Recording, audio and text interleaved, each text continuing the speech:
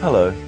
Well, welcome to today's episode of Living English, which is a very special episode because it's the last episode of the series. And today we'll be looking at ways of saying goodbye, as well as how to talk about what you'll be doing in the future. And of course, we say goodbye to Anne, Sarah, and her family, who we've come to know in our drama, Sisters and Brothers. So here's today's episode. See you again.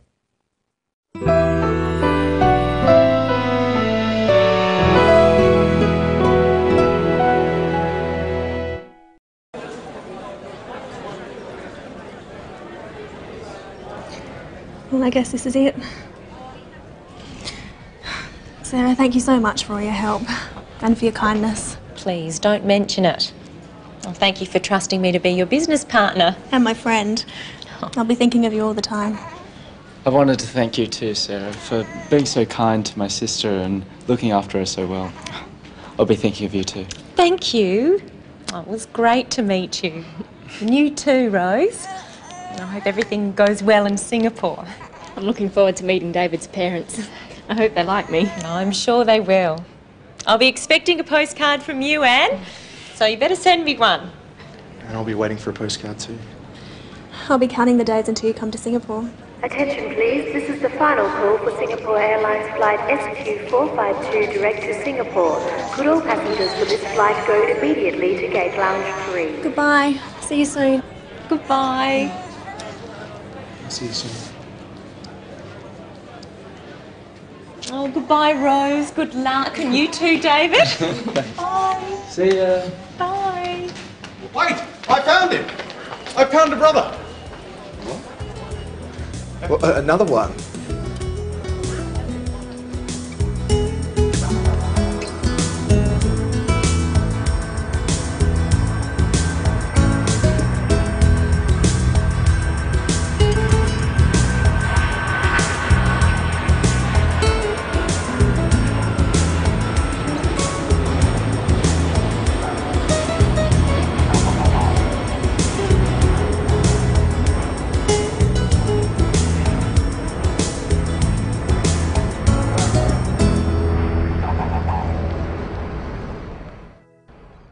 Well, our detective wasn't much use. I wonder if Anne will see Steve again. I wonder how David's reunion with his family in Singapore will go. And will they like Rose? I'm sure they will. First, let's look at how Anne and Sarah thank each other. Sarah, thank you so much for all your help and for your kindness. Please, don't mention it. Well, thank you for trusting me to be your business partner. Sarah thanks Anne for her help and her kindness. You can thank people for things they give you or show you. Practice saying, "Thank you so much for all your help" with the clip. And for your kindness. Thank you so much for all your help and for your kindness. Now, in this episode, people talk about what they will be doing in the future. Let's find out what Anne will be doing. I'll be thinking of you all the time. Anne says to Sarah, "I'll be thinking of you all the time." I will be thinking of you. She uses will, so we know it's the future. And the ing ending on think tells us this is a continuous tense. She doesn't say, "I will think of you." This could be just one time. But I will be thinking of you means Anne will think of Sarah all the time or often. She won't stop thinking about her. This is called future continuous tense. We use it to talk about continuous actions we'll be doing in the future. Practice saying, "I'll be thinking of you all the time" with Anne in the clip. I'll be thinking of you all the time. And what will David be doing? Listen. I'll be thinking of you too. David will be thinking of Anne too. Practice with him. I'll be thinking of you too. And what will Sarah be doing all this time? I'll be expecting a postcard from you, Anne, so you better send me one. Sarah will be expecting a postcard from Anne. She won't be expecting it just at one time, but all the time until it comes. Here are two more examples of the future continuous. See if you can hear them and work out what Steve will be doing and what Anne will be doing. And I'll be waiting for a postcard too. I'll be counting the days until you come to Singapore. Steve will be waiting for a postcard too. He will be waiting for a postcard as well as Sarah. Anne will be counting the days until she sees Steve again. Practice with me at home. What will Anne be doing? She'll be thinking of Sarah. What will David be doing? He'll be thinking of Sarah too. What will they be doing? They'll be thinking of Sarah. What will Steve be doing? He'll be expecting a postcard. And what else will Anne be doing? She'll be counting the days.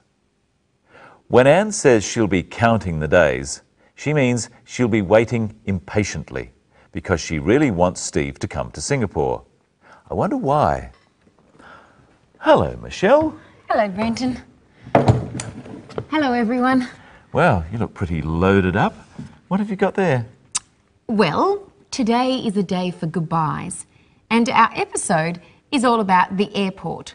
So I thought we would look at some words and phrases to do with travel and airports. Airports can be confusing places. There are usually lots of signs, so you need to know what to look for. Let's have a look at some signs at airports.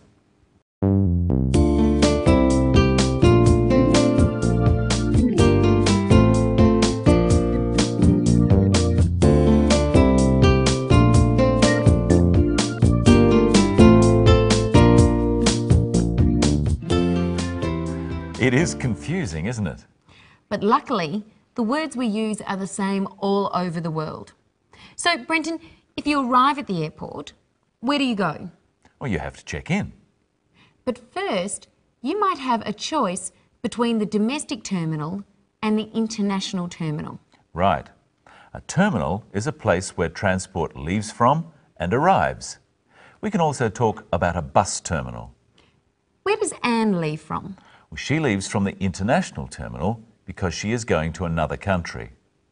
If she was travelling from one Australian city to another Australian city, she would go to the domestic terminal. And where do you go when you're inside the terminal? Well, you go to the check-in. If you need to buy a ticket, you would go to the ticket counter. To check in is to confirm that you have arrived. You also check in at a hotel, and when you leave, you check out. Anne already has a ticket. She has booked her ticket, so she doesn't need to buy one now. She has a booking or a reservation, but she still needs to check in her baggage or her luggage. She also has to get her seat allocation.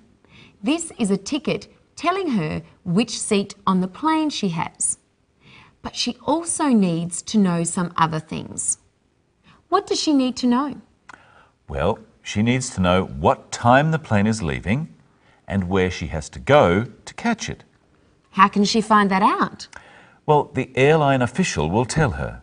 Yes, and there'll be an announcement. And the information will be on the TV monitors in the airport.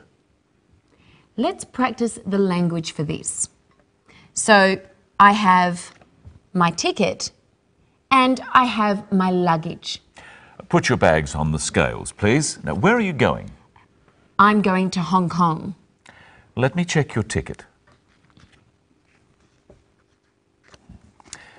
And here's your boarding pass. What time is the flight leaving? It leaves at 11:25 from gate 7. It will be boarding in 10 minutes. So my bags can be bags, luggage, or baggage.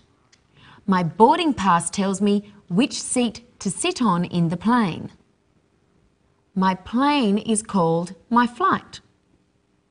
Boarding, the plane is getting on it, and I do that at the gate or the gate lounge. Listen to the announcement in the story and see if you can hear the details about Anne's flight. and some new terms.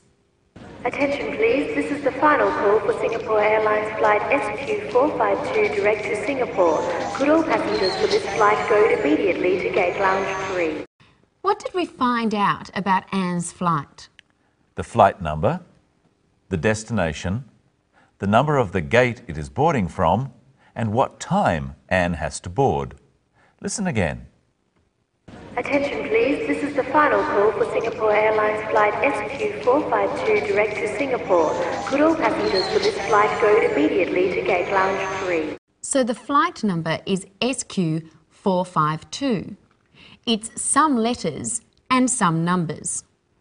The destination is Singapore. It's direct to Singapore.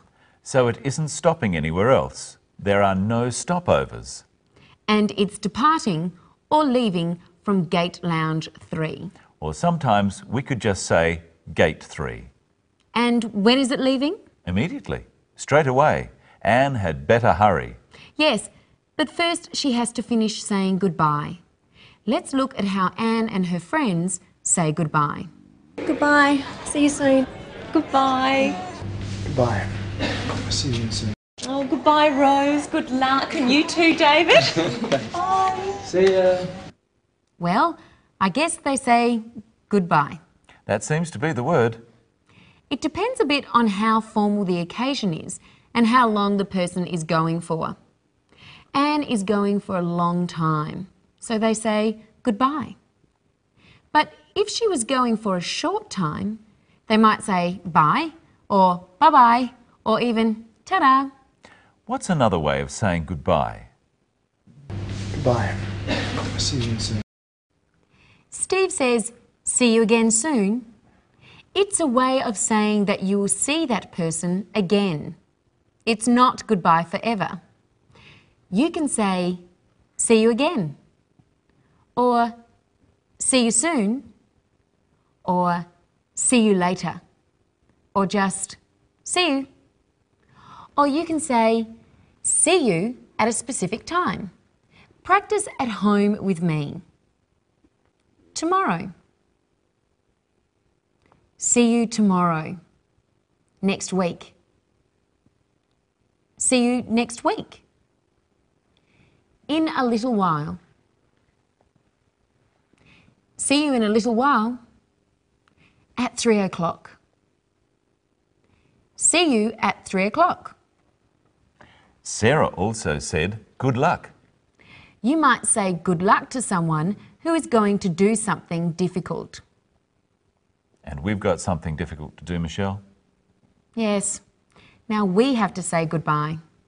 We've come to the end of this series of Living English.